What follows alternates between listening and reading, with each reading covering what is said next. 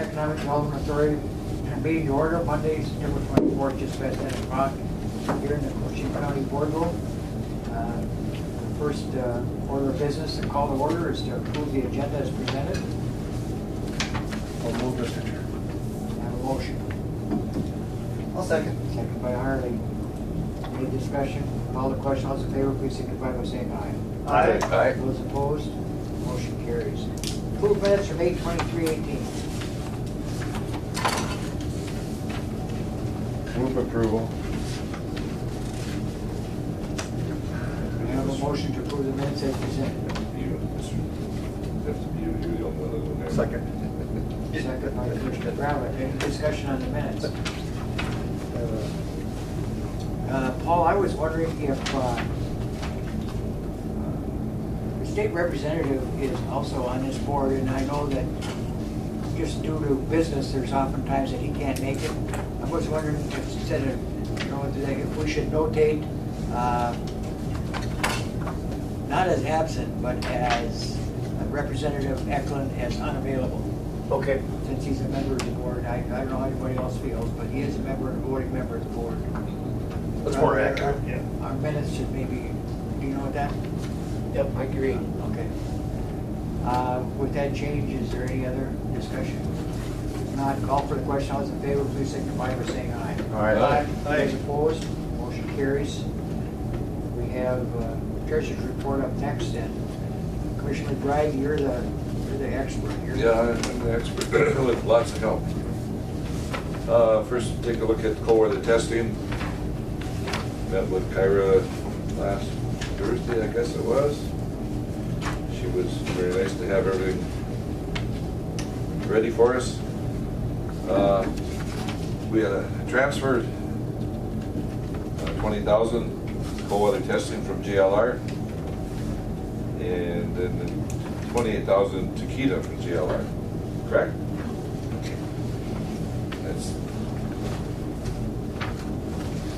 those two transfers have been done and approved. Bills to be paid.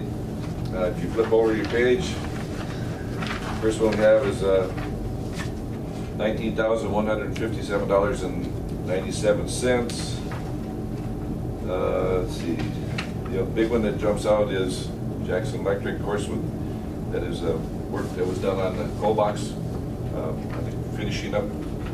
Exhaust system. Exhaust system. There's a dual exhaust system that we didn't have, we ran out of time last year, so that's most of that is for the exhaust system. Okay, and then there was an additional one that came in, shipping repairs on the next page for $370, so $19,157.97 plus $370. I would move that those bills be paid. I'll move for discussion. You made I the vote. motion. Oh, you second? Second, yeah, for discussion. Paul, it was just my question. On that $14,000, was that for parts or something? Yeah, that's Okay. the actual unit. All right. Is and Kyra, we've got that broken down back at the office. We just lumped it all under because Jackson's actually purchased the equipment under his heading, and then Further discussion on the cold weather testing bills? Now, what do we use the GoDaddy website for? they host our. We don't have a real active website, but people do. I'll Contact us. contact us. Okay. And then one, if I may, Mr. Chair, on the 20,000, is that a payment, and that's in September? Is that why it's noted here on the front page? That's a transfer to cover this month's bills. Transfer? Transfer from cold weather, Oh, from cold weather testing. or from JLR to cold weather. Cold From JLR. And we essentially But have three JLR accounts, correct? Is JLR a part of their lease agreement, part of their lease payment, or what? We did make a payment to the city and county for this month, but this 20,000 is just to cover this 19,000 in bills, but we just usually round up so that it's not the straight amount. So where does that, but that's gonna show in September, income? No? It'll show on the September profit and loss, yes. Okay, all right. Thank you. Call the question, all those in favor, please signify by saying aye. Aye. Those opposed, motion carries. All right, and next one is the Keda. Presented to the board today on September 24th. Turn over, we have bills payable, $32,970.85. Of course, the big one is our monthly salary and benefits. We had some legal work done by Steve Shimon for the distillery work on public media and all that. They were advertising. What else? And I guess the other one I'd asked Kyra about was Conway Data, and I think that was some information in a magazine or. Yep. That is, Conway Data is actually the publisher of Site Selection. And so that's for marketing. That's an ad, half-page ad that we took out. So, and then on the third page, there was a separate one, you know, for $65.53 was Harlan Clark and checks, and that one has to be paid by direct deposit, correct? Yes, it was paid from the bank account that is auto debited. Auto debit rather than writing a check for it. That's the way they have to do their business. So that would be added at $65.53 to the other group. So I would move that we would pay the bills for August, September.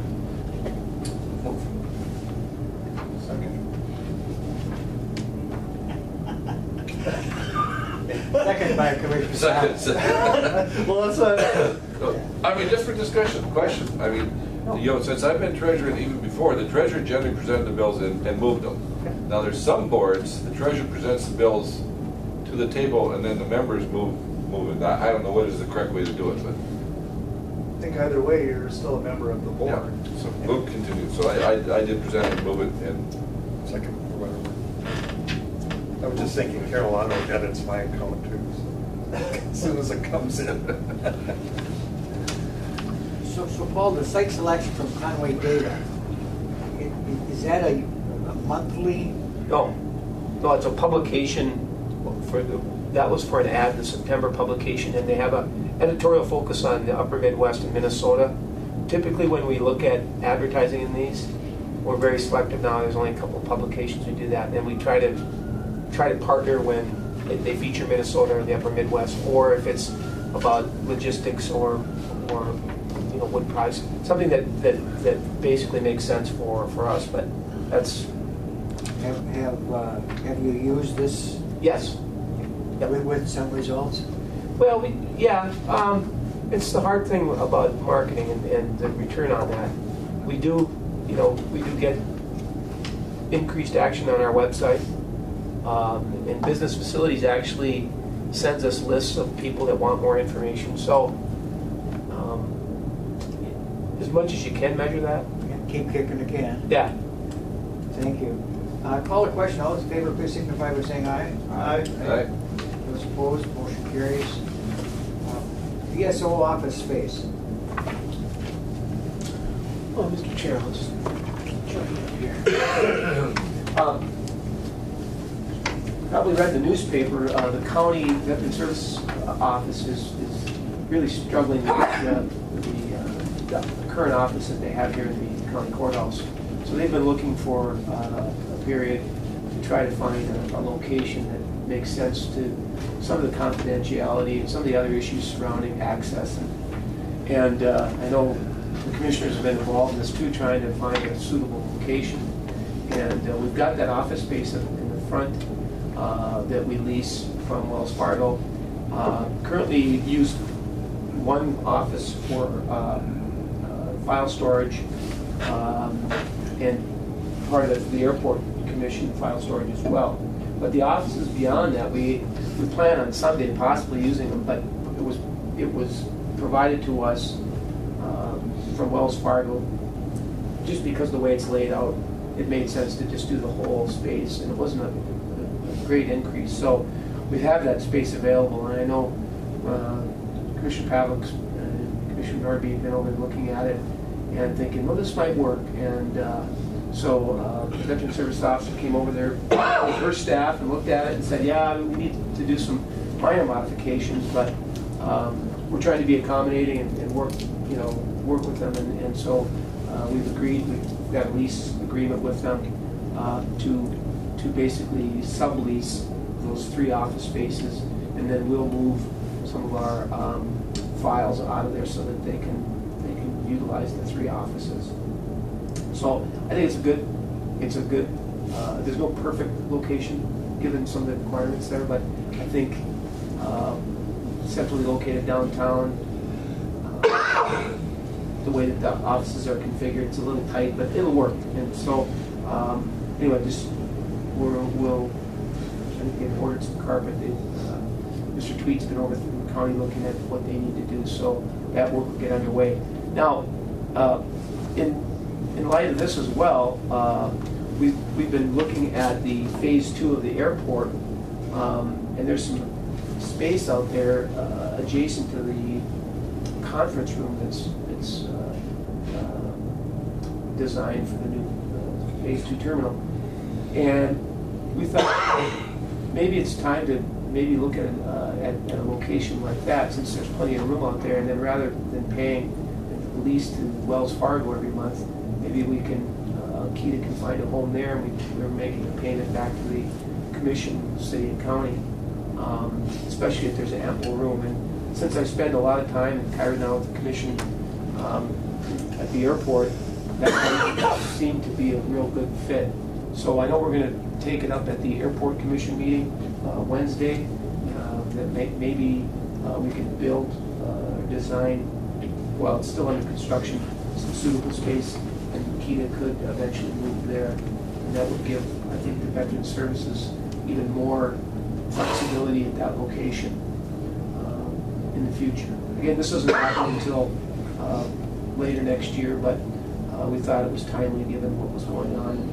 Some of the design elements, it would be expensive to make these modifications at this point, to relocate Keda there. So it's under discussion. We'll talk with the airport commission to see if it makes sense, but we're going to look at it anyway. Mr. Chair, if I could, actually it was Commissioner McBride worked on me most of the time on this, trying to find space for the Veteran Service Office. But Commissioner Norby got involved also. But on behalf of both of them and the entire board, I want to thank Paul and the Development Authority for making this work, because it was frustrating trying to find a place that met the criteria. It's not a permanent thing, maybe a couple of years, but it's a matter of getting caught up so far behind on veterans interviews and benefit issues.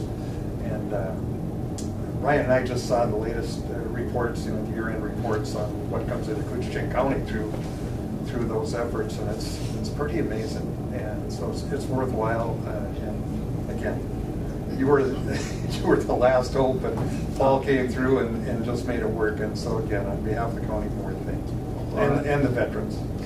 Well, again, everybody's working on this together, and when we had the space, it's just a question of trying to make it work. And it's like, there's no such thing as a perfect place because of some of the issues surrounding that.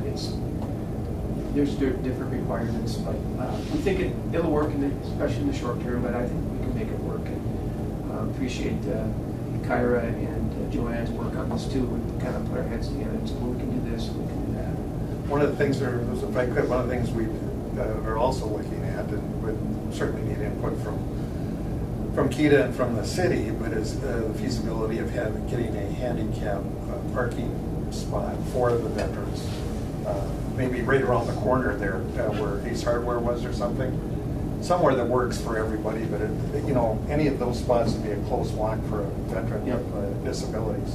And so we were hoping maybe we could work with the city on that, see if we can do something. But so anyway, I just wanted to give you a heads up. That's one thing we talked about. So, Mr. Chair, we're going to have a lease agreement with the Veteran Service Office? Yes. Yes. Veteran Service Office? Yeah. Or the county will. Be the county. Through the county will Yeah. have a sublease with Keda and the entrance a little bit of help will with be, Keda for rent. Yeah. The entrance will be... The front. Third Street. Okay. 3rd Street entrance. Okay. Yeah. which is why, you know, we, Makes sense to have that. yeah, for the handicap portion especially. Because, you know, we've got quite a few veterans who have that issue. And so what is the effective date of this? As we can put it together, I mean, we didn't set a date, did we, No. Brian? No. It's just a matter of Yeah. working out the details. and The getting county it ready. attorney's drafting, well, I've got a draft version of the agreement, reviewing it, but I think realistically it's gonna be It's gonna be sometime in October. I just was reading through the minutes, have we had that discussion at this board that we voted on having Big go there? No.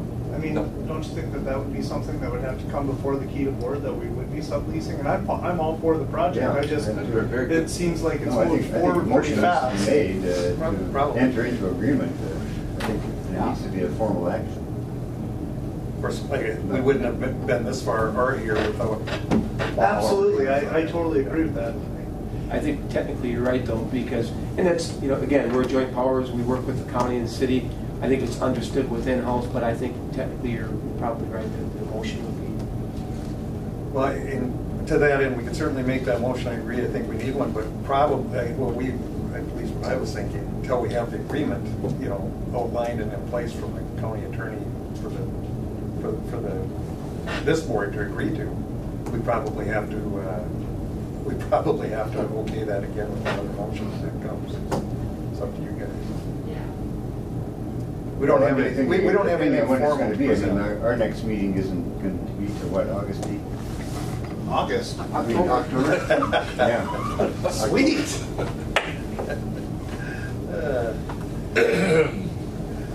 Are you guys looking You know, to maybe- start in the spring, or not the spring, but in Are we the week of new the year, 15th? or December? Or? No, as Brian pointed out, the goal is to have it done sometime in October. So we've had the county over looking at those things and stuff already. Maybe, it may be a motion that, we can't do the formal approval without the agreement, but, you know, that Paul can Enter proceed. into, I would move to have the Keda director and the county work together agreement for us to look forward, or look to vote on at a later time. To bring before the board. Yeah, to bring before Well, that the board. means that we hold it up though until we have an agreement. So if they wanted to move in sometime the first part of October, then we either need to have a special meeting or.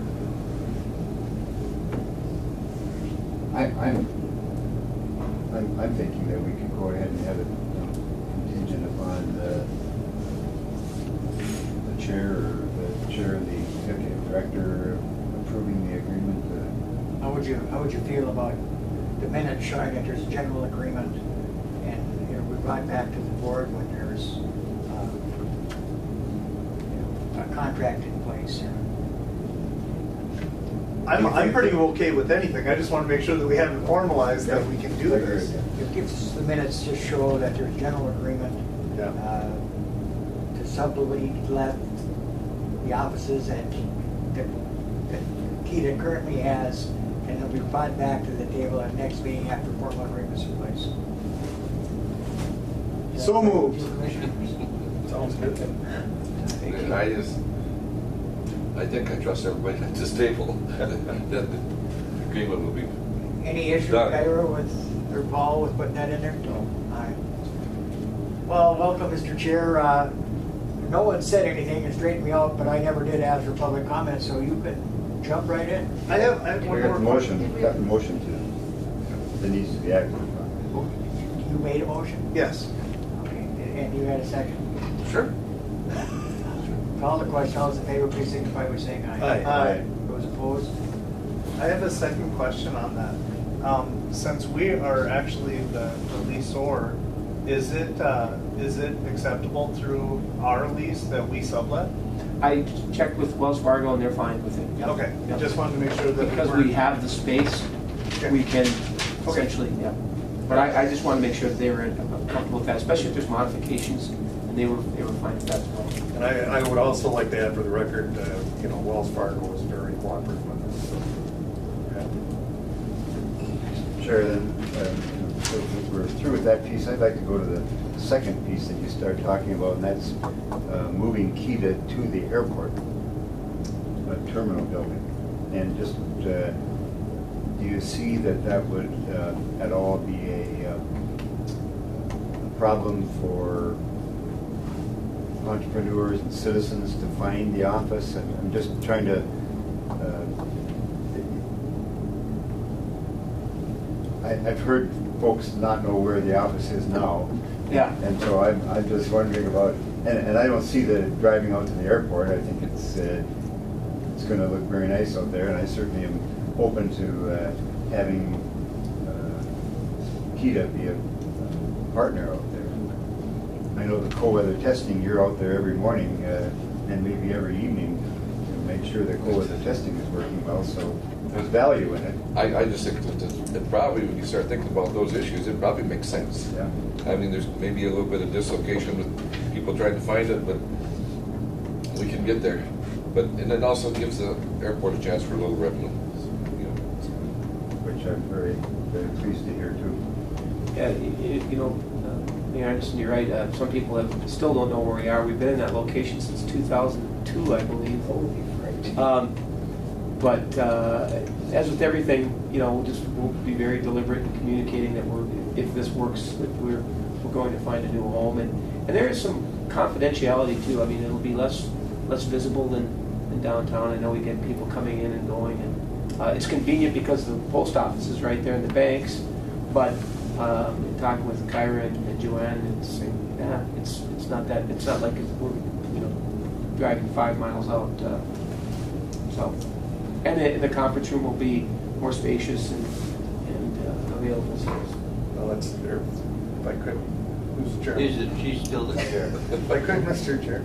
I'll go first. The Wells Fargo offices were not the first choice for the Keda. We wanted to get it much more visible, and we even at one time tried to buy the radio station. It wasn't there then.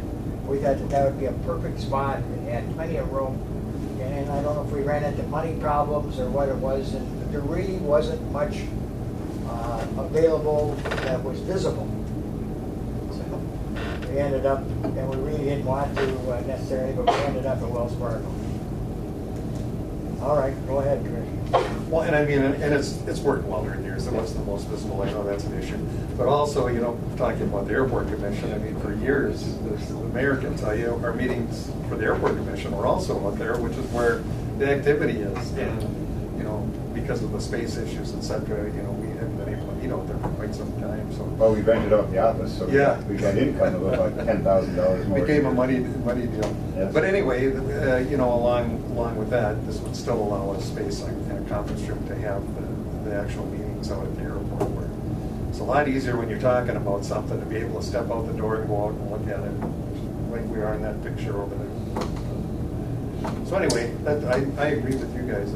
So it kind of makes sense, but we can. Well, and I think, if there's agreement on the part of the KEDA board, then I think that the airport commission should, try to work in that direction. We can bring it up there. Do we need a formal motion to the board to approach the airport commission? Yeah. I move. I'll second.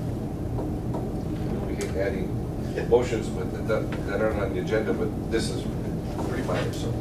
I mean, it's just discussion at this point. I don't know if we need a formal motion. That's up to you guys. I think we We have a motion on the table here, so we'll call the question. All those in favor, please signify by saying aye. Aye. Those opposed, motion carries unanimously. Welcome back, Mr. Chair. Thank you. You get wet? My apologies. I had it on my calendar at 1 o'clock. Oh, And I have called, he said, "You're gonna join us?" I wanted to say, "For what?" So, my fault. And I looked at the agenda, my email and all that, never, I had it on my calendar at 1, that's where it's gonna be. So maybe you guys are. I've done this myself. I've walked in at the end of the meeting before. I get it. All right, thank you, Mr. Vice Chair. Appreciate filling in. I assume that is the item on the agenda with the Veteran Service Officer Yeah. space. skip Next over. item. It's Next item. the public comment. Yes. Do we have public comments? Any comments from the public at this point? Thank you. Next item is Mr. Nevin's report. Thank you, Mr. Chair. A couple of items I want to pass along. If you've driven through Rainier, you've seen the construction formally beginning for phase 1 of the distillery and hotel project for Cantilever. Beginning footings, there's quite a bit of activity out there. There's also a visual, they've got a visual with a sign in front of the construction showing kind of the rendering of what the project will look like. The owners are planning a kickoff, a ceremonial kind of kickoff, later in October to I guess, in lieu of a groundbreaking, just have a ceremonial kickoff for the construction. And so they'll be getting some invitations out to for all the groups involved. In November? October. October. So that's exciting. It's underway. I also want to touch on the child care initiative, and Joanne made a flyer that she included in your packets here. I reported last month that Joanne was gathering various stakeholders to look at the current child care shortage in the county. And it quickly led to a creation of a formal group, including Kyra, who's got firsthand experience with finding suitable daycare. And that in turn led to connecting with Jeff Andrews at First Children's Finance, who works with communities and organizations throughout the state to address child care issues. And there is a whole range of issues. It's whether it's a shortage, whether it's coming up with a after hours, but this is just the first attempt to get as much information about what the situation is on the ground. And I guess I'd ask the chair to have Joanne come up and talk a little bit further about it, because we want to be very careful. We're not suggesting that we want to create a center to put anybody out of business. There's been some media attention on the issue, but it's more of a fact-finding. And as Jeff Andrews sounds like a really probably the most experienced in working with small communities and counties to address the issue, because the child care shortage issue is a problem throughout the state, and it is also affecting the workforce, because people are having to make options about whether to send a child to daycare or to stay at home. So with that, maybe Joanne, if you want to just... Yeah, earlier this year, I believe around March, April, 6 communities were picked to be part of the Rural Child Care Innovation Program through First Children's Finance.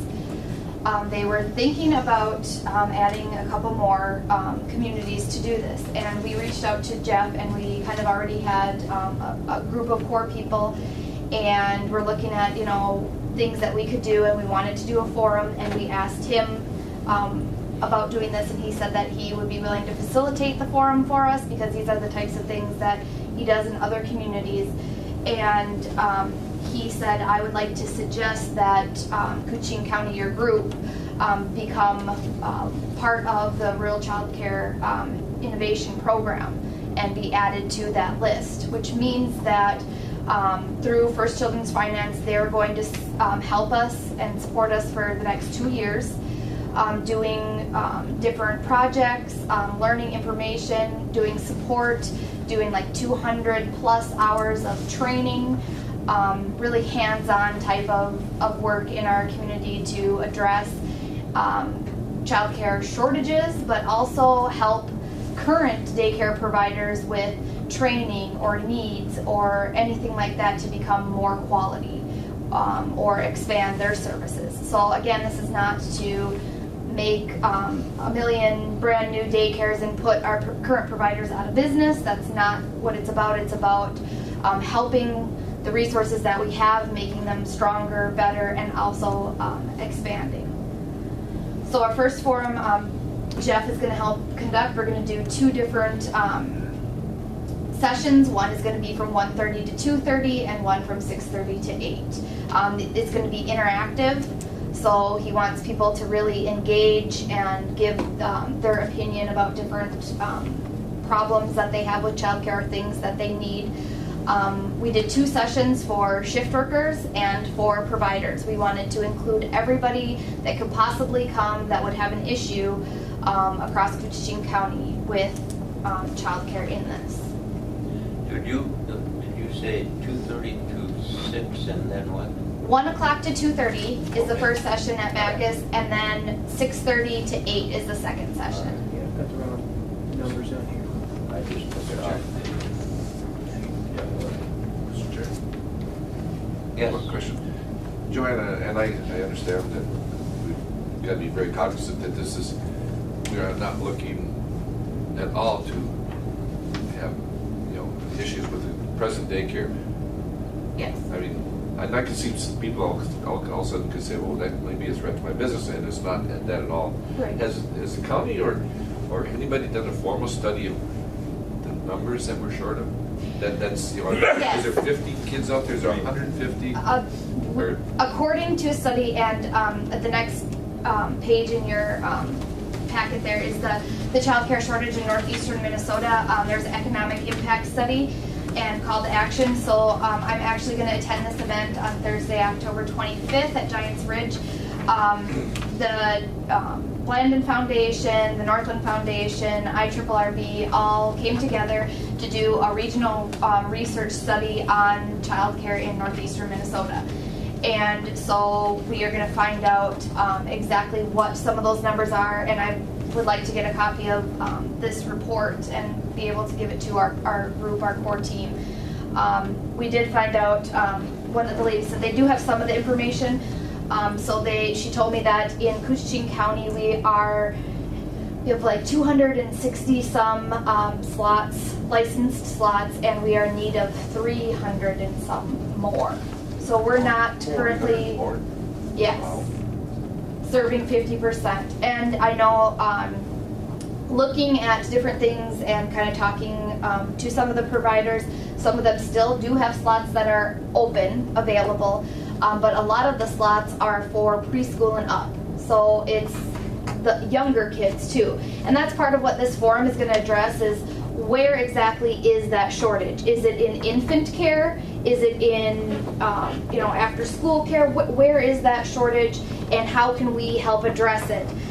Because due to the guidelines, providers can only have like 1 infant per so many people, and that type of stuff. There's all these regulations.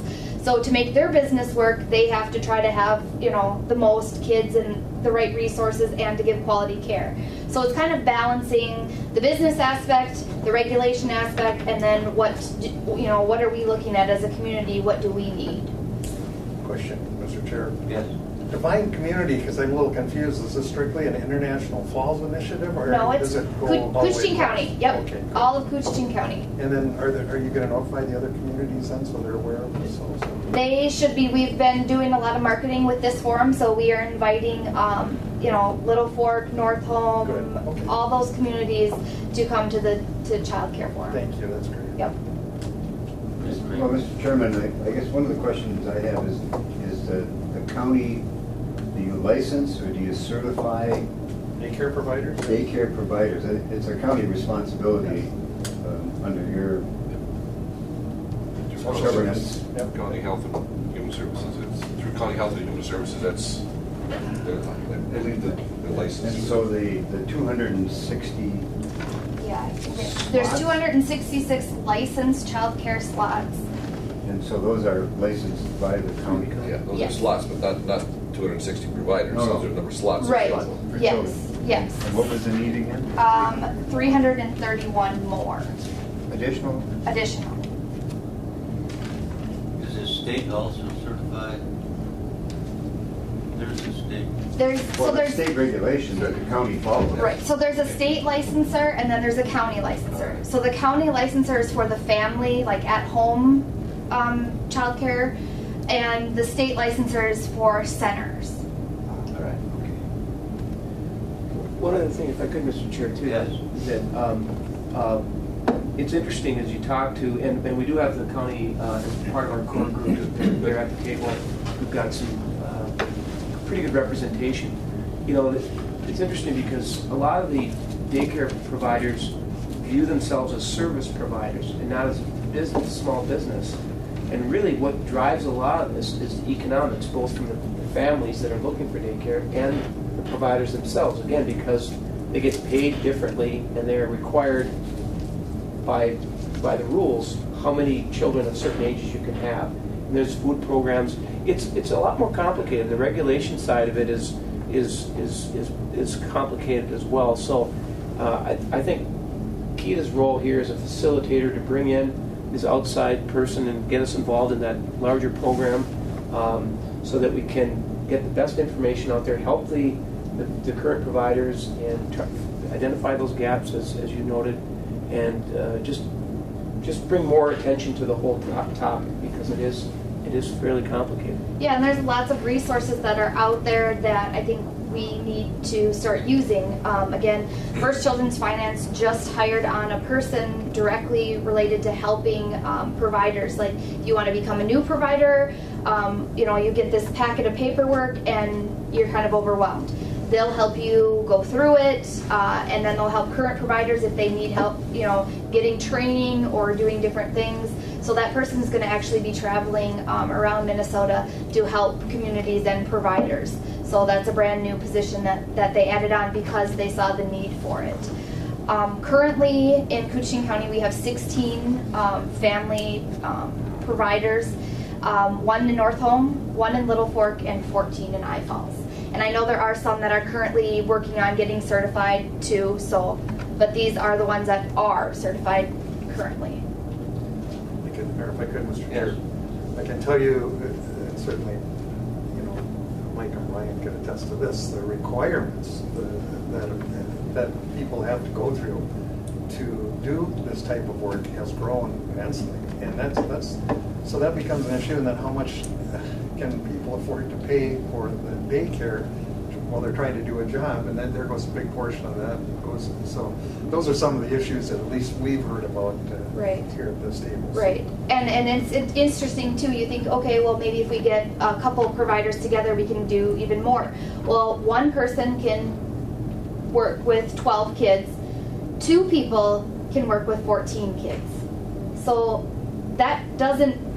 It's not really helpful to have another person on staff. I mean, it is, but it's not as dramatic as what you would think that it would be. So that's part of the issue too, is really understanding what the issues are and trying to address them. Mr. Chair, that's good. Yes. Number one, I want to say thank you, because you and I have had conversations about childcare, and as I've been talking to people in the community, it's really interesting. We have a 7.1% unemployment rate, and every business in town seems to be hiring. And I've talked to people, and they want to go to work, but if their spouse is working, they can't go to work and work the same shift. So that lowers the amount of work that they can do, because if you have 2 people that both work during the day, they don't have anyone to watch their child. I would guess I have probably 7 or 8 people that were actively seeking work, but because they would be the new person at work, would have that undesirable shift. And it's not that they don't want to work those shifts, they have no one to watch their child during that shift with the other one working. Mm-hmm. And it's an extreme problem that we have. And if we can come to some kind of a solution where we can provide more daycare, I think it'll help with our unemployment. I think it'll help with our businesses being strong. And I think that this is definitely something we have to look at as hard as we possibly can. And I'll definitely be at one of those 2 meetings to be part of that conversation. So thank you for your hard work. Yes. I guess the difference between home and center If I understand the center, then you have to start having licensed teachers or instructors or someone involved? Yes. So center, you have to have a licensed teacher and then an assistant teacher, and then you have your staff. So having a licensed teacher is where a lot of centers, especially in rural places, have a problem because they could go get a job at the school and have benefits and, you know, all these types of things where the center probably isn't going to be able to pay those extra perks. So it's finding that person to be able to do that at at whatever wage that would be, and then also then providing, you know, affordable care to kids, because it is going to be more expensive because you have a certified teacher and, you know, kind of a curriculum and that type of thing. And there are, you know, more regulations based on that. You know, each you need certain space for each student. You have to have, you know, certain exits, certain, you know, there's tons and tons of regulations, and it's very difficult. And then, Mr. Chair, if I can follow up. So the, I don't know which ones of the school districts are having, what's the next level of from daycare to Preschool? preschool? Yes. Yep. And so now preschool, does everyone offer preschool now in the school districts in the county? Putaska, St. Thomas, and I don't know if the Falls Elementary? Falls, I believe Little Fork and Indus also have programs for preschool. And some of them are full days, some of them are half days, depends on kind of the program that the school decides that'll work best for them. I believe Indus is full days. I know my daughter goes to half days here in Falls. And that age is? It's a range from like 3 to 5. And is it also income dependent? Is there a? I don't believe so. I think you can get some assistance, because some of them charge and some of them don't charge for preschool. There is also, I'm promoting, the Northland Foundation has a scholarship for early child care, like preschool age students, 3, 4, and 5. And if you can get, depending on your child care aware rating at your provider's place, a maximum of $7,500 that you could receive per child for daycare or at school. And that program is a couple years old. Parent Aware Rated has been around for quite a while. Yeah. Yes, and that is, and First Children's Finance works, you know, with that program too. Also, you know, also. So even if your provider, which I think a lot of them are 2-star aware rated, because you have to do extra training to be certain star rated, even if you're 2-star, you can still get $4,000 per kid. And that is based on income, but you know, I say I always look into it because it's a great opportunity. Mr. Chair. Yes. And thanks, Joanne and Keda. This is a great first step. I know Commissioner Pavlik and I, wherever we go in the state association of Minnesota counties, one of the biggest challenges for economic development is lack of child care, and it's statewide. So I'm glad there's a group that now started maybe to take a look at this, because it's an economic driver. Not only the people that start it and have nice jobs, they're providing free time for other people to go in the community and be productive. So Right. It's a great idea. Right, and again, I'd like to add to that too, like, you know, Paul had mentioned that, you know, we think of childcare as a service more than a business, and I think that's another thing that, you know, we really need to focus on and look at is how can we make business sense for the providers that we currently have also, and make the most of what they do, and make it work for everybody. Because a lot of them are saying, well, it's not worth it for me to be in childcare, so I'm just going to go get a job instead, and then we're losing that. Other Good questions? discussion. Well, question with regard to this First Children's Finance. So what is their role besides this going out and working with providers? They're going to be working with our core team. So we've kind of established a core team of people across Coochin County. And what we're going to be doing is things like the forum. We're putting that on. Then we're going to look at, okay, what are the issues that we've come up with? What are possible solutions? And what are, and what, some of them are probably going to be long-term, some of them are short-term. Which ones can we focus on now and get rolling so that we can see some progress in this? Mr. Chair, follow-up. So has your office been in contact with all of the 16 providers in the county so that they understand what is trying to be done here? Yes. Okay, thank you. And you're working through social services also? Yes, we have put a list of people that are on our group. Tricia from the chamber is, Kathy LaFrance from Coochin County, Amy Mortensen from Kutaska, Roxanne Kelly from the Rainy River Community College, Rachel Amdahl from the Falls High School, Paul is part of the group, Kyra is, I am, Roxanne's Sposka Deach, and we have then others kind of that we would like to add to our core team. Well, it's an impressive group you just named, I mean, that's good. So, Outstanding effort. Any further questions? Any more comments? Brian? So does Keda need to do anything besides your role here? I mean, do we need to be looking at subsidizing or fueling anything here in terms of dollars, or is that coming out of this forum and study? Or So First Children's Finance, since we are now part of their initiative, they will fund some of certain things. So like the forum, we have to reserve the room and pay for a room at Bacchus. They are willing to do some of that.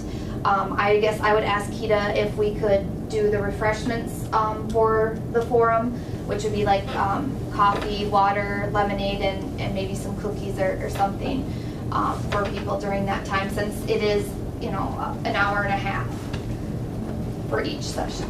How old is the rural child care initiative program, innovation program? The what? I'm sorry. How old is it? How old is that program, or how long has it been in existence? I think it's a fairly new program. I would say probably a few years old, but I'd have to look and see what. It's Department of Human Services, State Department. Partially, First Children's Finance is, yeah, they have, a private nonprofit? yeah, I believe so. I would move approval of expenditure for the refreshments for the forums that are being held by Keda and the Community Child Care Organization. We have a motion, Mayor Anderson, second by Commissioner Pavlik. Any further discussion? Questions? All in favor, say aye. Aye. Opposed? Very good. Good job. Thank job. you. Thank you. I appreciate your support. Nice article in the paper. Continue, Mr. President. Very good. I just want to also just update the Blandon Broadband Communities Initiative, the Coaching Technology. We got a lot of more acronyms. Coaching Technology Initiative. We first reached out to all the providers that serve Cooch to get an understanding kind of their service areas, some of the challenges and opportunities that they're going through. Secondly, and this, Bill Coleman's helped us a little bit with this, created a real brief survey to kind of help establish some baseline information so that when we go to this broadband conference next month in Brainerd, we're going to have some information that we can share with some of the consultants that are going to be there. I know Harley's been on this group, and Joe Mershon, Ted Saxton, Jim Young, Alyssa Hackenmüller's part of our core group have been working on this. So we continue to kind of set the table for this conference coming up, and then formally launch the Blandon initiative in December. Harley, is that right? December 5th? That is correct. Yeah. So we're kind of just gathering information, trying to get an understanding, and and then we'll report back after the conference and then going forward, so. I don't know if you had anything, Just that we need to get the information out on the survey. It's imperative that we get a good base to the survey of Coochin County. We've gotten a decent amount on Highway 53 and going out to the lake.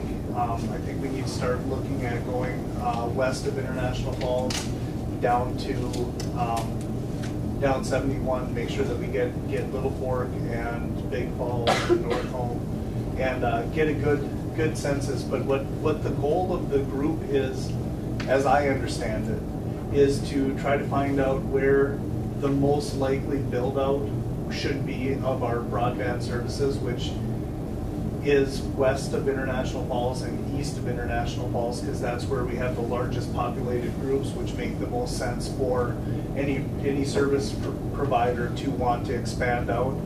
And for me personally, I think that makes a ton of sense to make sure that we have good broadband out at the lake. That'll help out our tourism, our business services, and I sound like a broken record, but we really need to make sure that we have high quality service out there, because we can't get business people to come up here and take a week off from work if you can't be connected to work. It's a long time ago that we were able to take a week off and we'll just see what paperwork showed up when we got back. You need to still connect, you still need to make phone calls, check emails, and without those services and without strong broadband and cellular data, we just can't compete with other areas that people would be able to want to vacation, and that really hurts our tourism to this industry. So, no, I think that that's the most important thing we need to do, is get that information out for the survey. We can we have less than 4 weeks now to compile that data, put it all together, and make a presentation and bring it. And I feel very strong that we're gonna be able to get the additional grant money. That would be my feeling of where we're at right now, due to how dense of a population we have and how underserved we are. I think we've all seen the picture of Coochin County and how red it is, and that's underserved areas in Minnesota. It does boggle my mind how well connected Big Falls is. Big Falls is one of the best connected areas. Burstdale too? No. Big Falls and North Home. Big Falls and North Home are probably the best served areas of Coochin County. Well, you're well connected anyway. It's because he has gas. He Yes. can drive. Mr. Chairman, maybe, and thank you to both Commissioner Groba and Executive Director Evan for being involved with this, but for the northeast corner of Coochin County, which really probably the economic development part of this county, who provides basic broadband services to us? Midco? Midco, Frontier, Paul Bunyan does. no, Dish, not Dish Network, Satellite, Big Blue, what is it? Excite is one of the satellite communications. Hughes? And then Hughes? HughesNet, I don't, we haven't been in contact with them. And then your cellular data, which is another access that people have, which is your AT&T, Verizon, other options there. We only have really 2 of their drives. But if we're talking cable in the ground that goes anywhere, it's Frontier and Midco. No, but isn't there, and pardon me for not knowing, the consortium that the city belongs to, Northeast Service Cooperative. Service Cooperative. They were provided monies through the Obama administration, and had they provided federal dollars to build out the network from the range to I Falls. So they were basically providing the backbone and then the providers ride on that backbone, correct? And then extend out from there. From there. The other thing I'm hopeful in this whole exercise is that where there are areas, and Mike's been plagued out there in the western part of the county, where there's gaps, but there's just not enough density to make the economics of it work, that there will be some sort of technological solution where you can have hotspots, wireless hotspots that will cover these gap areas. And all of the providers seem to be going in the direction to provide that rather than run physical fiber. It's just more cost effective to reach those customers. Yes. Commissioner McBride and I, and the board at the time, okayed 2 new cell tower constructions. And the mistake we made is we didn't put a requirement on them, never dreaming that they would put them up just to have them. And they haven't done a thing with them, and we still don't have those connections. And it's been several years now, and I think that's another thing we should be following up on. You know, in good faith, we allowed them to build them, and then there they sit. Just the gaps in cell service Yeah. in this community right here, between here and the lake. I could have a huge gap, and just west of town, I went to, at Menards, you have no service. Carol and I have no cell service at our house, but we can go, you know, get out on the highway and go to Bowman Airways, and we can get it, or we can go the other way towards Island View a couple blocks, and we can pick it up at our home. And those people that in that spot have no The service. tower Yeah. at Thunderbird still is vacant. I've heard rumors that something was moving on that. I've got good news there. Okay, and then the other, but the two that Commissioner Pavlik was talking about, one was near the mall, and the other one was near O'Leary's construction on the highway. And there was 2 small Verizon towers that were going to service this whole community, and they failed to follow through on Well, Mr. Chair, and I recall here 2 years ago or 3 years ago, we had Frontier here, and they told us about extending fiber to the east, and I don't know how far they have gone, or have they gone all the way to the end where we have some major businesses? Yeah, I don't know where the final terminal is, but it's beyond, there's one Well, I know trying to beyond go Thunderbird. is even tougher, Yeah, because they don't want to know where they've got fiber. but some of it is, they have a fiber backbone and then they extend copper out from there. So it's like an amplifier, it's not true fiber, but it's better service. Well, and that's one of the things too that we miss, even if we do get high quality fiber, high quality extension, unless we're redoing the connections to the house. Some of that copper, some of that wire may be 40, 50 years old and broken and bad. You're not actually going to get that much better of service unless, you know, the customer is the one who does the extension from there to the line. You know, I mean, if International Falls, we actually have really good service. Frontier offers really good service in the community, but we don't have really good service from their box to the houses because those lines are so old and they need to be replaced, and that's a huge cost. You know, but we have the backbone infrastructure is fantastic in our community. We don't have the leg, just that little bit is where the problem depreciates pretty good. Is it wire Harley, or do they use? No, it's hard. It's hardwired. It's whether you're getting it in on Cat5 cable or telephone wire or cable itself. I mean, but yeah, it's from the house to the box. The box itself is strong. It's not fiber though; it's the actual. Right. So this is a called a hotspot or jetpack or whatever that where you don't have Wi-Fi. This dials it up for you, transmits it to you. You have to register your computer or whatever. And I have no idea how expensive it is. This is from the medical board that because, well, it's not very long story, but because you have confidential information, the computers that we get will not allow you to access, say, a hotel Wi-Fi system. just because it's not secure, where this is, I guess. But I'd have no idea what the cost is. I would assume it's pretty expensive. Yeah. Well, It's like a phone that transmits it to your computer or iPad. Go ahead. Well, and my understanding is that Paul Bunyan has fiber into the community, Yes. and some entities are able to be serviced by them. But, and I think the school is one, County. the county is another one, County's one, yeah. and I think the Hospital. medical center, the hospital. I think Yep, hospital yep, is. True Star. Oh, Several, True Stars, I think several public and private entities. but they don't offer it to homes.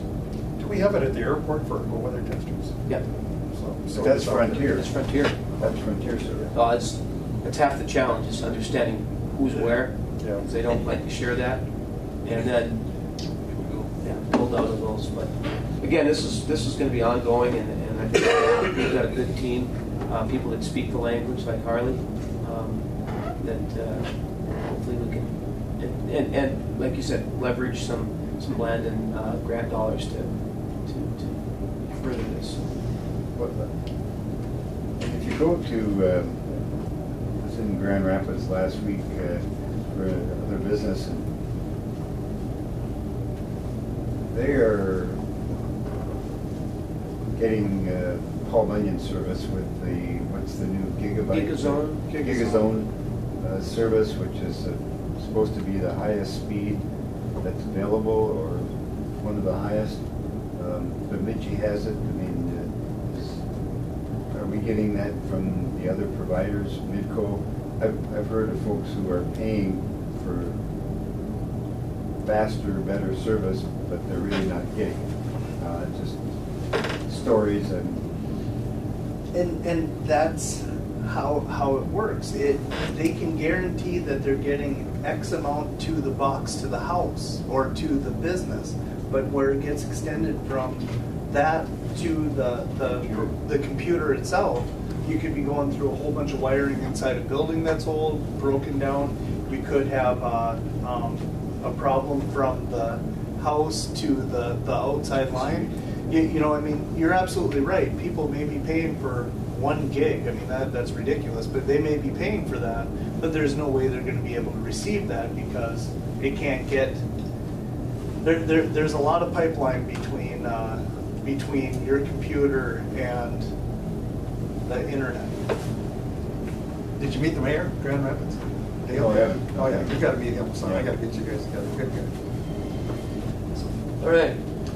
Continue, please. Yeah, good discussion, and we'll continue to report back. I was invited to sit in on a conference call with Granite Digital, their team, and representatives from Hewlett-Packard, and then Hewlett-Packard's spin-off business was EYP, which does the engineering design work for a lot of the HP Hewlett-Packard data centers.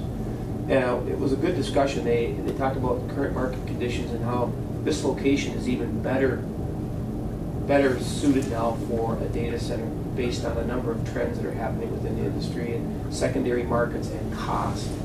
And they really hit on cost. So I just think it reinforced the fact that Granite Digital is on the right track. Of course, it's on them now to get that final funding piece so that they can engage EYP to come in and start doing the design work. But that's their hope is to have that completed here by the end of the month here. By when?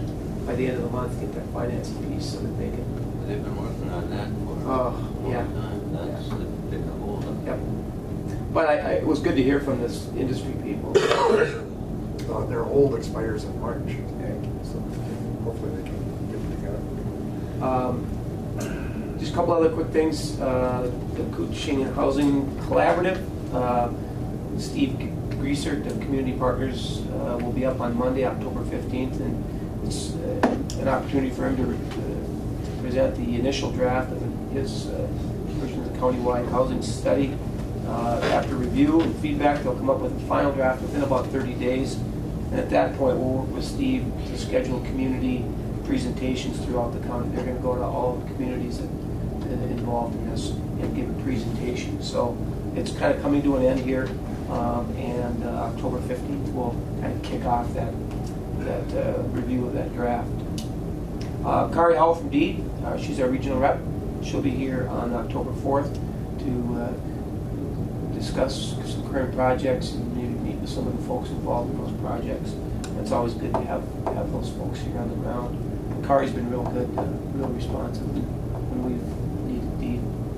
And then last, I just referenced Minnesota Power because at last month's meeting we were discussing electric vehicle charging stations, and I got a call from Eric Forsman, and he said Minnesota Power is looking to site a couple of these slower level 2 charging stations within their service area. And I think we're positioned based on cold winter testing. We've got parties interested in hosting a couple of hotels that we're kind of in front on this. They would actually provide the chargers, and then there'd be some cost to the facilities about hooking them up. But, so the timing of that worked out really well. They'll be making a decision very soon. I think we're really positioned well for that. Just curiosity, what's the charge to the user for an average charge on an electric vehicle? Anybody know what that would be? Is it fairly reasonable? It's fairly reasonable. And there's a couple different options. You can actually include a card reader on the, or you, as a hotel, you can say it's an amenity. I'm offering it up free. So given that, I don't think it's a real expensive charge, but that would be good to know. And when this gentleman comes up from Minnesota Power, hopefully we'll get a lot of that kind of information. So with that, You also mentioned the tower out at Italy Houseboats.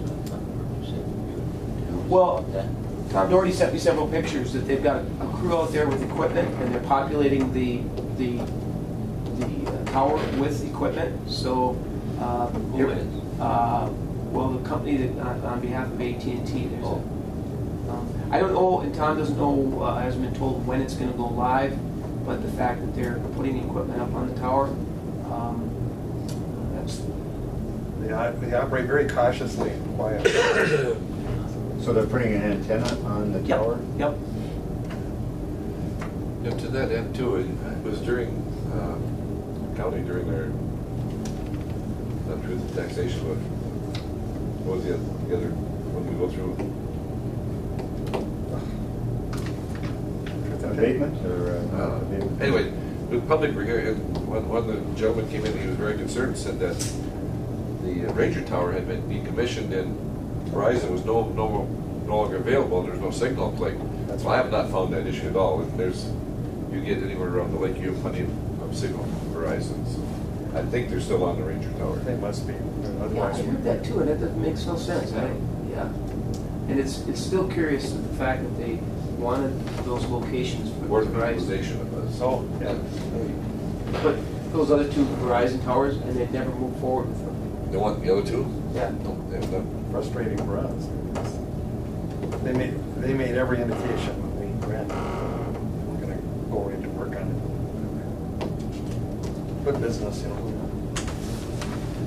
Next item is a tour of the fall business park. Well, yes, Mr. Chair, at the last meeting, I just, referenced the fact that we are, moving closer to a draft, with the platting of the expanded business park, and the fact that there's some activity out there now with Mr. Roach, that if people weren't familiar with it, maybe it'd be helpful just to do a brief, and given the weather today, it's not ideal, but maybe just to drive out there and you can see kind of where the current footprint is.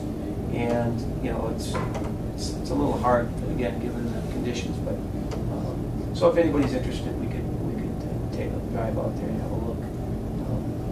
That could cover that 1 o'clock meeting. No, that will be a follow-up. So, yeah, I don't know if there's much value in it at this point in time or not, but I wanted to make sure that if people want the opportunity to. Was anyone interested? Not in this weather today. No, I mean, let's, I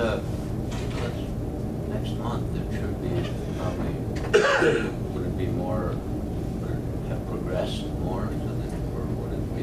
Well, at that point, I hope we have a draft, a preliminary plat that we can present. And at that point, Mr. Roach was begun, or will be putting in his foundation, should have some activity out there, so. Maybe it'd be better next month.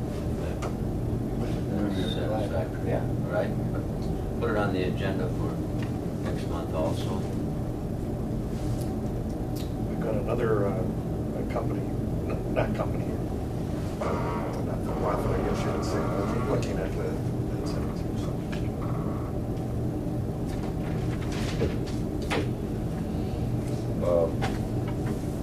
City and county updates. Start with the city.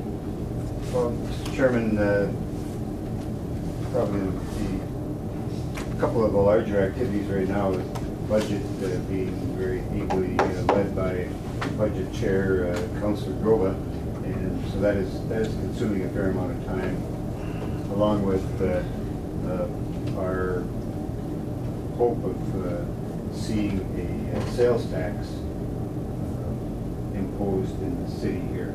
And so we've got public meetings scheduled for October the 8th at 7 o'clock and October 23rd at 7 p.m.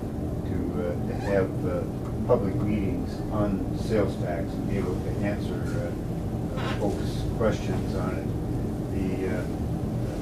Under the state law, we're not allowed to advocate for it, and certainly you don't want to. It's a question for the citizens, but we want to be able to make sure that they understand the question that they're being asked in doing this. There's 32 cities right now that have sales and use tax. There's 4 more that are seeking that in 2018, November the 6th election.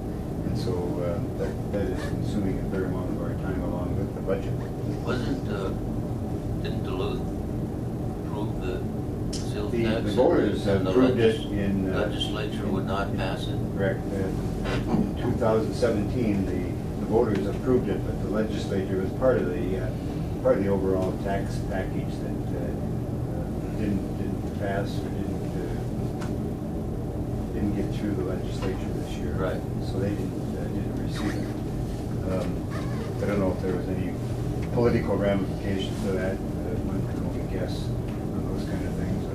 But the other thing that I would bring to your attention is the tomorrow evening at 6:30 here in this room, the Falls International Airport will be having a presentation on what will be happening at the airport over the next 4 years, which includes the completing of the terminal construction and then the rebuild of the runway, which has got it's a great opportunity for Falls Airport because the FAA, Federal Aviation Administration, was able to secure an additional $1 billion from the current administration, and they're investing that in small and medium-sized airports. And so, being that we were in the planning for that and ready to move forward, we're being funded for that now. That's going to take some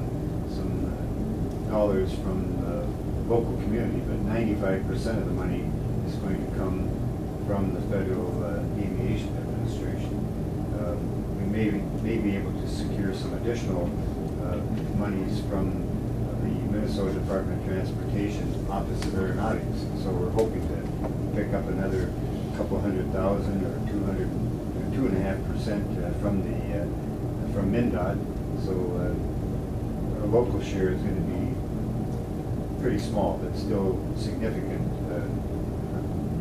in comparison to our budgets. So that's tomorrow evening, and then on Wednesday there's a noon luncheon at the at Bacchus on the airport that folks can attend and secure information. And I just want to expand on what Mayor Anderson had just said. We have been working through our budget, and there are some big ticket items on there. One of them is the airport, and I think that the mayor and the entire city council agrees that it's very important to make sure that we have these pieces in place to move forward with the airport and the runway project. But the increase to the city this year is $160,000 from what we paid last year. And we understand that, and we will definitely be getting that into our budget. And I think this morning when we had our meeting, there was some good discussion on you know, just trying to have a conversation with the members of the airport commission and try to keep the budget as low as possible while providing the service that we need, because it does fall back on both the county and the city to pay those budgets. And that's just the share of the airport alone is a 2% levy increase for the city. And that is definitely concerning, especially with some of our other projects that we have, which is the infrastructure and Highway 53 project. Next year, we Which is that gonna cost us? 1.225 million. That's the city's portion of it? That, and so that's not budgeted for. That's gonna take our infrastructure for the next 2 years. So no Just matter- do that project, we can't do any other streets. So in the event that we don't get our sales tax that the city is requesting, any monies that we set aside this year and next year will only go towards the Highway 53 projects. And with that being said, that doesn't fix any of the infrastructure problems that we currently have, which I think are very evident between the sewers, the water breaks, and just the state of the physical condition of the roads. So we're really fighting through to try to get to our budget, make it to be some form of acceptable level that we can present to our constituents of International Falls. If we would have accepted the budget based off of what we had last week, we would have had a 39% increase to the budget. Or to the levy, and that is definitely not what we're trying to do. We cut quite a bit of projects this morning, and we're going to continue, and we're still not at a point where it's even remotely acceptable to bring to the citizens. We are struggling, and without this sales tax, we're probably going to be having to increase the levy in the next few years just to be able to maintain because of where we're at. So it is not an easy fix, and I appreciate the mayor's kind words of pushing for this budget. But this is the worst I've seen it in the 4 years I've been on council. Any questions of County updates? Well, we lost Commissioner Lever, and he was on this airport commission for many years. And when I listened to Harley, you know, when Chuck and I started in 1992, the county was in the same position, but we laid all the options on the table. We also included cutting spending, and that's what we did. We did it with attrition, and you know, we didn't take an axe to anything, but we set up a plan. And it took us 3 or 4 years, but we turned the county completely around, and eventually, you know, ended up with a very low tax base. But cities are in a much different position than a county. You know, we've got a lot of room where we can move, where a city, you don't, and I understand that. So those are the decisions that, you know, have to be made, and I appreciate that. But Chuck, to his credit, getting back to Chuck, there was nobody like him, and what a great commissioner, and he was a big supporter of the airport. And there, Bob, you and I looking, I mean, for the 20 years or so that Chuck was here, nearly 20 years, you look at all the projects we've been involved in, the pictures up on the wall, you know, Chuck's fingerprints were on. Highway 53 improvements. He went to all the meetings. Yeah. I mean, what a trooper. And he would even go down, he was the only one that would go to Silverdale with me, because it was a dangerous place. And we had this gentleman down there, a couple of characters, but they had 300 of the most beautiful acres of land on the Little Fork River. And Jakovich was his name, Gabriel. And Gabriel, the first time we went down, he comes to the meeting with a 30-30. That's just a character. And he said, as I'm leaving the meeting in the car, he came out and he knocked on the window and I rolled it down. He stuck his head in there. He said, "One more thing, Wade, I'm not afraid to die." And so I, oh yeah, okay. I came home, so Chuck was the chair that year, and he was sitting right where you are, and he said, "Well, what was it like down there?" And I said, "You got to come with me." Chuck, to his credit, we went down there, and this same Gabriel, I introduced him to Chuck. Gabriel's got his gun, and he looks at Chuck, and he liked Carol. That was our safety mechanism, Carol. But this Gabriel walks around Chuck, looks at the back, Chuck's always kind of dressed up, so he comes back around, puts his hand up, and he touched Chuck's side of his head, puts his hand down, he said, "I like your hair." and then he liked Chuck, so Chuck came down there with me often, and or the other commissioners that, were really interested in having a different world down there, but Chuck could get along with anyone, and I'll certainly miss him. So. I just wanted to, remind everyone the effect he had on this particular board. He was a prime member. Sure, a long time. Yeah. Any other? Just a little bit on that, I know Commissioner Hanson could attest to it too. The first few times I ever went to the AMC annual conference, they have what they call the pen and pencil giveaway. And there's like 200 vendors, and they're all got their pens and pencils. And Chuck showed me how to be the best at it. It was a lot of fun with it, right, Commissioner? He came back with back of pens and pencils. I think he could supply half the school district. But just with the airport, obviously it's a big hit on the city. It's going to be a big hit on the county too for this year's budget. But you look about the amount of money that we're going to secure over the next couple of years. When you're talking $30 million, so you're going to get 95% of it. That's a ton of money, and sometimes you have to bite it, and you have to belly up to get that amount of money. So, and just one quick thing on Friday, I attended the teleconference in ITV with the Minnesota Historical Society on public input, local public input on the final destination for Grand Mound. Historical Society will be making a final determination sometime mid-October. The director of the Historical Society is going to come to Cooch County sometime at that time, and we're going to invite him to the board, but I don't want to make a whole lot of comments other than it doesn't look good. I think the decision's been made, and that's all I'll say. We'll wait until it's official, but it was the ITV conference it was supposed to go 4 hours, went an hour and a half, and it was done. So I'm certainly disappointed in some of the comments. yeah, we Commissioner those McBride here. really- Well, the city sent a letter of disappointment. You might call it a nasty gram because it was, but hopefully they heard us. Yep. Thank you, Mr. Chair. I and Mr. Neverton recently had a luncheon in Norco with most of their outstanding citizens. They talked about having a fall festival that has 25 vendors, which is quite a bit. Their county fair is 112 years old now. They're putting in a new grandstand, or replacing that. So, they worked hard. The school superintendent joined us and talked about a new strategic plan that school district has made up and is going to release. Joining us was Randy Guterman, GOP candidate for District 3A. Northome is also undergoing another blended leadership program, so they're busy doing good things. Big Falls is right now closing on campground land that they purchased to upgrade all of the facilities there. And Paul touched on Rainier, but what he didn't tell you is that their net tax capacity increased by 10% last year, just in 1 year.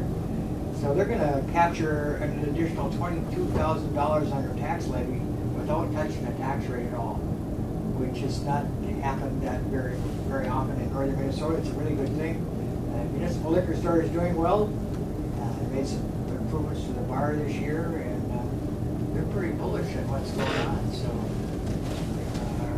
Birchdale, it's mostly a Whitetails Unlimited banquet where I don't know if the state fire chief would have approved, all the people were there, it was just packed, hardly could walk. And Kyra had a lot to do with that. And next up is an Oktoberfest, if you know, if you want to bring any child out there, we give them enough knives to hurt themselves. And free pumpkins for all the kids. Good, that's good. All right. Thank you all. Any other?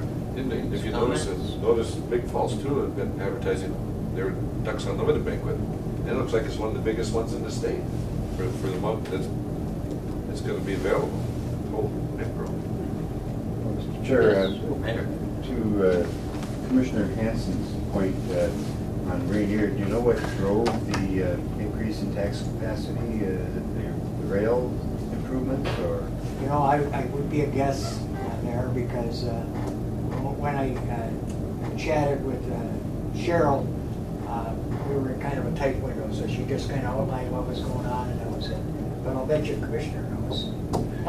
It isn't one specific thing. I mean, it's just when they annexed, they grew their space, and there's been home improvements, construction, things like that, and so that just like in a county, it builds under that tax base. As Mike said, you can, and same in any city, you can then bump up your tax collection without hurting people. Other than I always caution people. I'm careful how we say that, because if you made an improvement to your home or was assessed differently for some reason because they missed something, an individual home could have his taxes go up. But by and large, most people would stay the same. And Mayor Wagner's renovation. Well, there's been some big, that's what's up. Well, and then, Mr. Chair, if I may follow up, so CN has made some significant investments out there, and would ask that maybe the executive director be in contact with CN and see if there's anything that the Kuching Economic Development Authority can do to support them. They have, I don't know that we know the real employment that they have in this area, but they bring, they have a number of folks. I just talked to someone at the grocery store that just got hired by CN, and so they're hiring people, and they have people come here from other communities to be doing work, maintenance, and so forth. I just think we ought to be reaching out to them and asking them if there's something more that we can do to help them move forward. Like I just had a lot of people think of Rainier, even with their annexation, they think of the French and Jameson addition, but as part of the annexation, it went down the, I forget what it is, one of the section lines. And so that brought in that entire industrial section on the east side of the overpass. And on out past our facility there too, which is on the other side of the tracks. But that's had development and quite a bit of, there's been a lot of minerals and rock taken over there, so that weighs into what happens over here too. So they've got a lot going on. They've invested a lot of money in that line and expanding the sidings there, working with both construction. I know that they spent a lot of money on those kind of improvements and other structures that, and you see it too reflected in customs and immigration, because they're having to add people because of that expansion, the volume of containers coming through, and they're finding all these counterfeit materials coming through. So it again, quietly does its thing, but there's a lot of activity out there involving a global marketplace, and hats off to the port director here who's adding staff but really making a difference here. Catching some of that. Just a quick note, Brian and I and the board are struggling with the Van Linn Road because of all the expansions and longer trains. The homeowners out there have a very difficult time getting in, and so we've been looking at a lot of different scenarios for solutions, whether it be the overpass or another road out to the lake, or there's got to be a way to get out of there when the trains are blocking it for that amount of time. So anyway, that proceeds. I want the homeowners to know there to know we're continuing to work on this. Have we heard anything back from the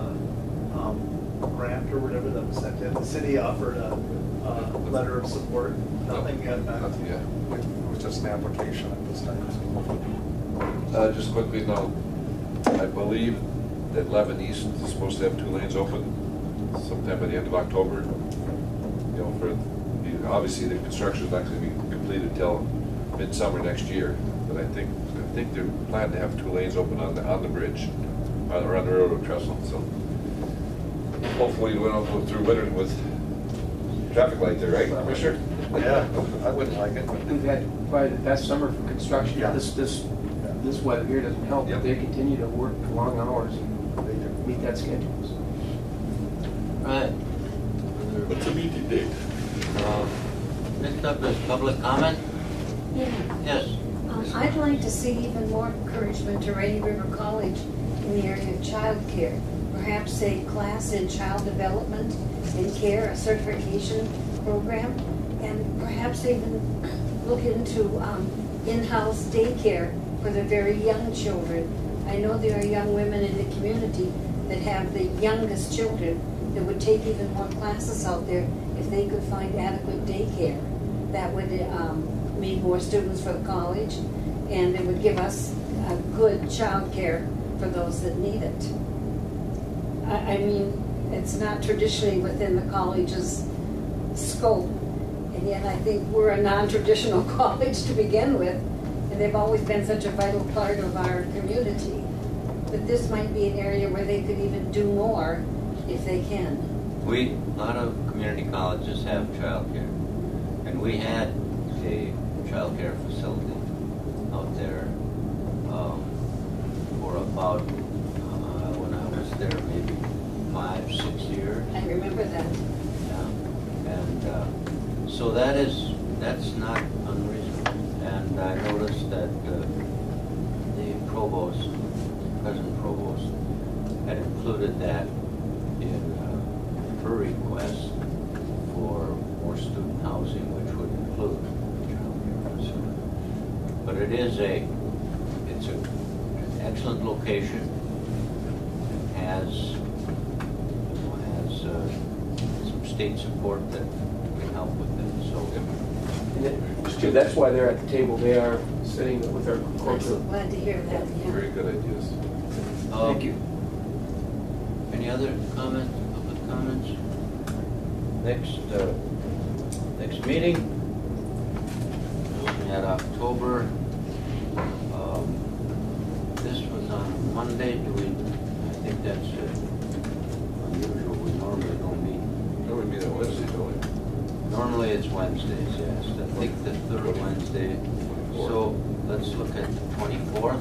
24th, Paul and I will We'll be be in gone for Reno. that broadband. All right. So is it the 23rd. Is We're done Third for that Wednesday or which broadband. Pardon? September. Well, the Third third Wednesday. Wednesday, yeah. 17th? Third Wednesday, 17th. I will not be here. Okay. You got meetings. You got, yeah, what's your National Park? Yeah. How about the third Tuesday? No, Tuesdays don't work for us. Well, we're back to Monday. Well, let me take a look at the third Tuesday. How about, We don't have a board meeting scheduled for on the third Tuesday. well, you don't. So the 16th would work? As of right now, we don't have a board meeting scheduled. All right, I got challenges on all right. Okay. How about the 15th? So That's a housing collaborative. So that's everything. How about the 22nd? 22nd is good. that works. All right? What day is it? Monday. Monday. You know, I have housing collaborative written 10 down o'clock? at 11 o'clock. Is that not 15th? true? It's on the 15th. There's some. Okay, 22nd one is not true. That's- Okay, so I can take that one off. Then I'm good that day. All right? October 22nd, 10 a.m. Didn't work for you, Aaron? At the I'd rather- city chambers. If we could do it at 1, because I'm already taking the 23rd and 24th off from work, so I really can't take that day off for the meeting. But I can have someone replace me. Can we do, you said at 1. At 1 would be fine, or One would noon. work. 1 is fine. Okay, That- 22nd That at 1. fits my schedule, because that's what I Yeah, have it for takes the whole day today. out. That day I can do it at 10, but I can't, I can't do that all the time because there's a lot of times we have meetings in the afternoon, so I've got to do it in the morning, especially when we have one this is. So, I Yeah, let's start at Presently, we're at 1 o'clock. December, or October 22nd, Yep. 1 o'clock. Yep. And that's where now? At the city. Okay. Okay. So I have it right this time, I think. We'll call you. Sorry about that. Yeah, I know. But the trouble is you need to call me like an hour ahead of time. All right, thank you very much. The meeting's adjourned.